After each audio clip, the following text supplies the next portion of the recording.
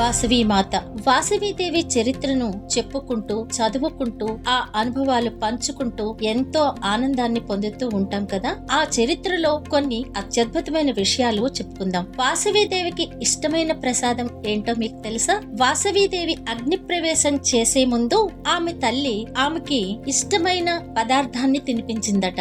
అదేంటో చూద్దాం. వాసవీమాత అగ్ని ప్రవేశ సమయంలో తల్లి కుసుమాంబ 9 మంది కన్యలతో అభిషేకం చేయించి తలంటి మంగళ స్నానం చేయించి పట్టు చీర కట్టి కురులకు సాంబ్రాణి ధూపం వేసి బంగారు ఆభరణాలు అలంకరించి కిరీటము పూలమాలలతో అలంకరించే వరకు కుసుమాంబ దుఃఖిస్తూనే ఉన్నది. కుసుమాంబ దుఃఖాన్ని చూసిన వాసవీదేవి ఎందుకమ్మా దుఃఖిస్తున్నావు అని అడిగింది. అప్పుడు ఆ కుసుమాంబ మరింత ఆవేదనతో అదేంటమ్మా వాసవి, ఏమీ ఎరుగని దానిలా ఎలా గంభీరంగా ఉండగలుగుతున్నావమ్మా? ఈ ప్రపంచంలో ఎక్కడైనా చిన్నవాళ్ల ఎదుట పెద్దవాళ్లు మరణించటం సహజం, కానీ పెద్దవాళ్లమైన మా ఎదుట చిన్నదానివైన నీవు మరణించటం అసహజం. ప్రకృతికి విరుద్ధం కదా తల్లి. నిన్ను ఎంతో అపురూపంగా పెంచుకున్నాం. చెట్టంతగా పెరిగిన నిన్ను చూస్తూ చూస్తూ అగ్నిలో త్రోసేయాలంటే మనసు అంగీకరించటం లేదమ్మా వాసవి అంటూ కుసుమాంబ చివరిగా వాసవీదేవికి ఇష్టమైన ప్రసాదం తినిపించింది. ఆ ప్రసాదం ఏమిటో తెలుసా? క్షీరాన్నం. తల్లి ప్రేమతో క్షీరాన్నం తినిపిస్తూ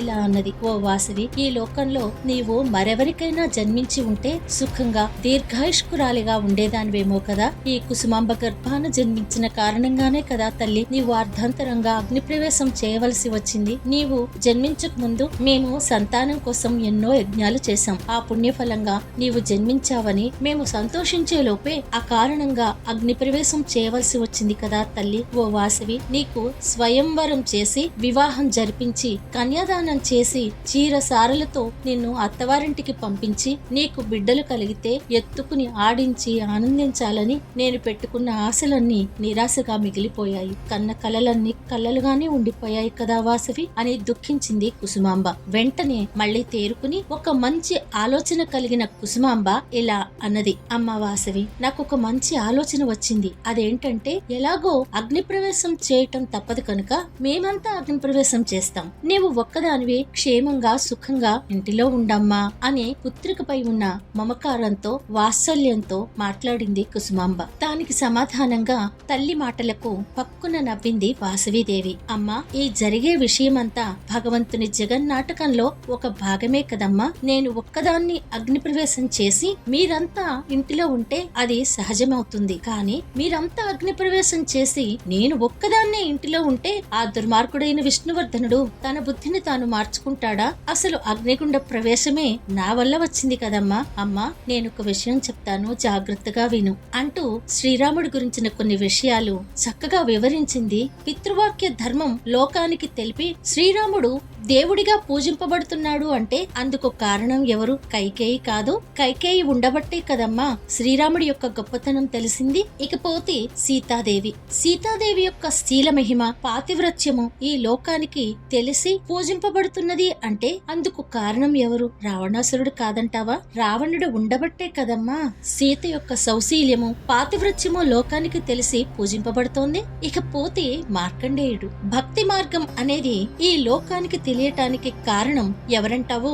మార్కండేయుణ్ణి తీసుకుని వెళ్లటానికి వచ్చిన యమధర్మరాజు ఉండబట్టే కదా. యమధర్మరాజు వల్లనే మార్కండేయుడి యొక్క భక్తి ప్రపంచానికి తెలిసింది. గమనించమ్మా. ఇకపోతే సావిత్రీదేవి యొక్క పాతివ్రత్యం. ఈ తల్లి యొక్క పాతివ్రత్యం ఈ లోకానికి తెలియటానికి కారణం ఎవరు? యమధర్మరాజు ఉండబట్టే కదా. అలానే మరొకరున్నారు, సత్యహరిశ్చంద్రుడు. సత్యం లోకానికి తెలియటానికి కారణం ఎవరంటావు? విశ్వామిత్రుడు ఉండబట్టే కదా. అదే విధంగా వాసవీదేవి కూడా.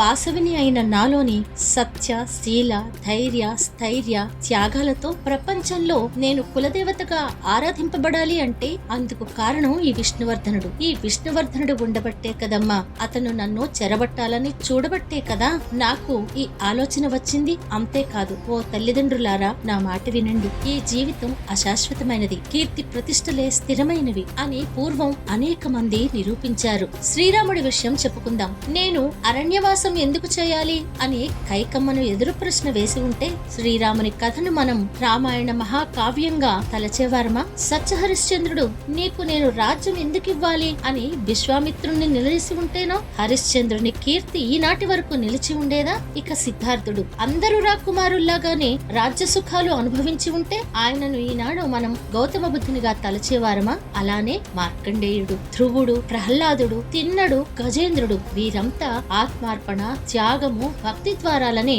భగవత్ సామీప్యాన్ని పొందారు. చిరకాల కీర్తిని పొంది ఉన్నారు. త్యాగేనైకే అమృతత్వమానుషు అన్నట్లు త్యాగం ద్వారానే మోక్షం లభిస్తుంది. ఈ అగ్ని ప్రవేశం మనం ఒక శుభకార్యంగా తలచాలి అని వాసవి నచ్చచెప్పింది. వాసవి ఇలా అంటూ ఉండగా కుసుమాంబ చివరిగా వాసవికి ఇష్టమైన క్షీరాన్నం తినిపించింది. అదండి విషయం. ఇప్పుడు అర్థమైంది కదా వాసవిదేవి యొక్క త్యాగం ఎంత గొప్పదో. ఆ తల్లికి ఇష్టమైన పదార్థం ఏమిటో అదే క్షీరాన్నం. ఆమెకు నివేదనగా ఇస్తే అనుగ్రహిస్తుందేమో చూద్దాం మరి. సర్వేజన సుఖినో భవంతు.